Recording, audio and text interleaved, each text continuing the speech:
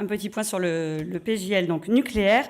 Donc évidemment, nous allons voter contre ce texte. Nous déposons également une motion de rejet et un recours auprès du Conseil constitutionnel parce que c'est un projet qui préempte complètement la loi de programmation de l'énergie, qui préempte tout débat public et qui engage donc toute la société et les générations futures, comme le disait Mathilde, dans une accélération du nucléaire que nous jugeons irresponsable. Ça pose quantité de problèmes. Déjà, donc on fonce tête baissée dans la construction de nouveaux EPR alors que l'ingénierie n'est pas au point, que le seul EPR qu'on ait construit, Flamanville, est un fiasco, 12 ans de retard, une facture multipliée par 6, que la multiplication des centrales sur notre territoire, c'est une question de sûreté pour toute la population. Je rappelle qu'au moment où nous parlons, l'Agence internationale de l'énergie atomique s'inquiète de la possibilité d'un accident grave sur la centrale de Zaporizhzhia. Nous, de notre côté, on connaît une épidémie de corrosion sous contrainte dans nos centrales. Tout ça devrait nous inciter à l'humilité et à la prudence. Or, c'est exactement l'inverse qui se produit, puisqu'on sait que même le gouvernement a tenté de démanteler l'IRSN et de le faire fusionner avec l'ASN. Autrement dit, il a tenté de mettre à mal l'indépendance en matière de recherche en sûreté nucléaire. Donc c'est quand même gravissime. Heureusement, donc l'Assemblée nationale a refusé ce projet. C'est une victoire dont nous nous félicitons. Mais nous voyons aussi que dans le texte issu de la CMP, l'amendement qui avait été voté en séance a été supprimé. Et cet amendement, il gravait dans le marbre la dualité de notre système de sûreté nucléaire, avec ASN d'un côté, IRSN de l'autre. Donc nous comprenons que le projet est probablement toujours sur la table et qu'il va falloir rester vigilant.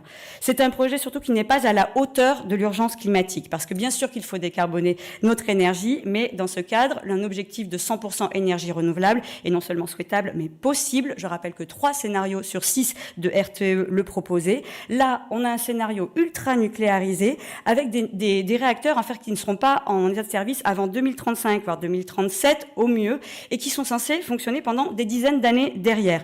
Or, un, c'est beaucoup trop tard. 2, on ne sait même pas ce que seront les effets du réchauffement climatique à ce stade. On sait que tout s'accélère. Tous les scientifiques le disent et on a un vrai problème de non-résilience au changement climatique du nucléaire. On sait que les phénomènes extrêmes vont se multiplier. Je rappelle que la centrale du Blayais a déjà connu une inondation lors de la tempête Martin en 99.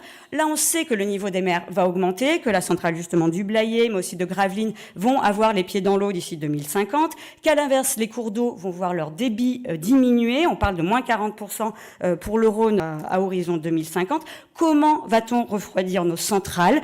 Est-ce qu'il va falloir choisir entre s'alimenter ou les refroidir ? Tout ça n'est absolument pas pensé et je ne parle même pas donc de la question des déchets qui s'entassent par centaines de milliers de tonnes et pour des millénaires qui sont d'une dangerosité extrême et qu'on ne sait toujours pas traiter et même dont nos capacités de stockage arrivent à saturation. Voilà, donc face à l'urgence que nous vivons, nous avons un projet qui, au lieu d'investir massivement dans la sobriété énergétique, au lieu d'investir massivement dans la rénovation thermique des bâtiments, dans une véritable planification des énergies renouvelables, ce que ne faisait absolument pas le projet de loi précédent, nous avons un projet complètement rétrograde, pas adapté à la situation et dangereux pour tout le vivant. Nous sommes donc résolument contre.